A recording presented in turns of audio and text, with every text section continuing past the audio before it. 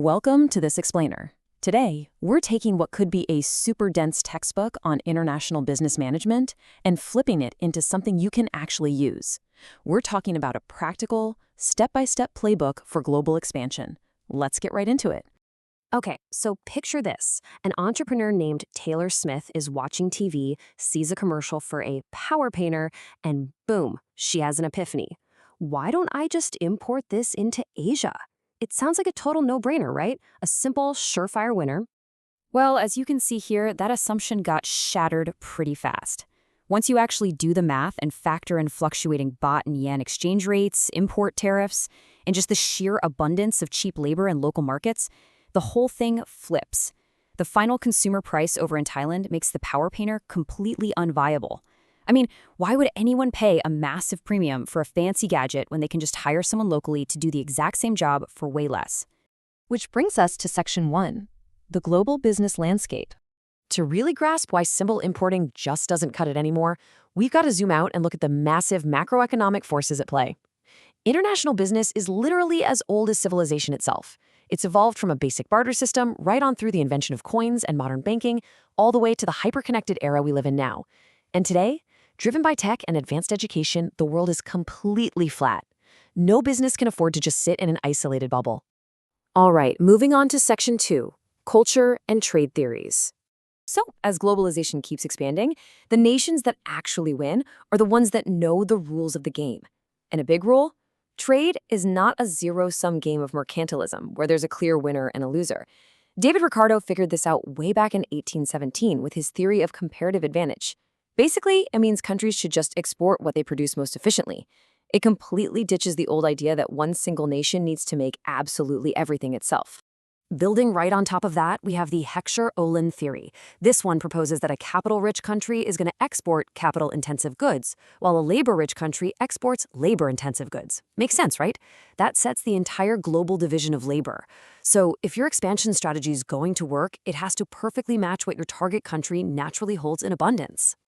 Now, let's actually apply these theories to our target market of Thailand. You can clearly see their comparative advantage actualized in a couple of huge ways. They've got this massive automotive parts industry and a huge pool of university graduates. The takeaway here, you can't just parachute a random product into a new country without deeply understanding the industrial and educational foundation that's already sitting right there. That brings us to Section 3, market entry strategies. Okay, so entering a new market means you have to choose your exact level of commitment. It's kind of like stepping up a staircase. You can start with simple direct or indirect exporting, step up to contractual agreements like licensing, form joint ventures, or take the ultimate leap into full-blown foreign direct investment. And naturally, as you climb these steps, your potential reward scales up. But guess what? So does your risk. Let's say you decide to go all in with foreign direct investment in Thailand. Well, you're going to have to navigate their board of investment.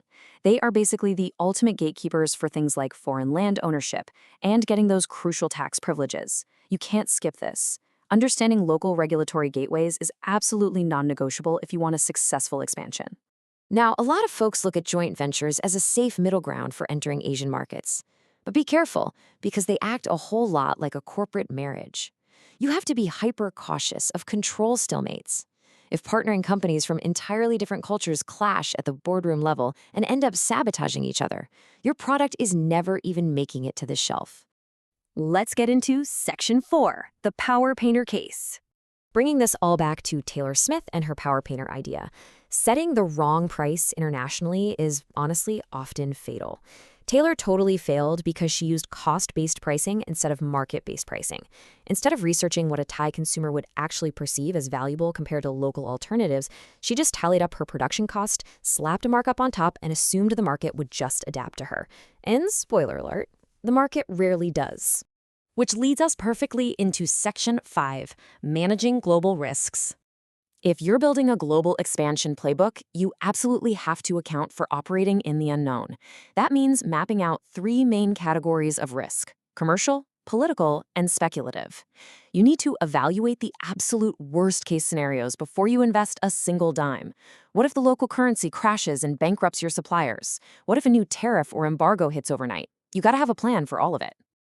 Think about your own business for a second. If you rely on a simple fixed-cost purchase order in a volatile international environment, you are exposing yourself to massive commercial risk. That is exactly why graded price contracts are absolutely essential. They build vital flexibility directly into your agreements so you can actually survive those inevitable market swings. And this volatility, it definitely extends to human resources, which is actually one of the trickiest cultural risks out there. Western corporations often completely fail to realize that firing a single employee in Southeast Asia can severely impact an entire extended family's survival, since employees are naturally integrated into these massive social safety nets. You just can't paste a Western HR policy into Bangkok and expect it to go smoothly. So how do you avoid these massive ethical clashes? You adapt. As the source text points out, rather than just dismissing workers with purely Western individualized severance, international firms should invest in culturally sensitive safety nets. Think along the lines of providing life insurance policies redeemable upon a change in labor status. It's all about deeply respecting the real human architecture of the country you're operating in. And finally, Section 6, the future of trade. As we look forward, every strategy we've talked about in this explainer has to adapt to a rapidly changing global geography. The world's economic center of gravity is moving eastwards, and it is moving fast. This is largely driven by the unprecedented integration of 1.3 billion people from India and China into the global economy. This isn't a temporary trend, this is a massive structural shift. These emerging markets are quite literally the new engines of global growth. They're being fueled by increasing urbanization, incredibly youthful demographic dividends, and massive spikes in disposable consumer income. Plus, we're seeing rapidly changing lifestyles. These consumers aren't just looking for basic, cheap goods anymore. They are demanding high quality and totally new innovations. To wrap things up, Charles Dickens really hit the nail on the head. It is the best of times, it is the worst of times. This global shift offers just immense opportunity for those who are willing to adapt, but it practically guarantees failure for anyone who ignores the complexities of the international playbook. The world is changing faster than ever, so which side of the globe will your strategy land on?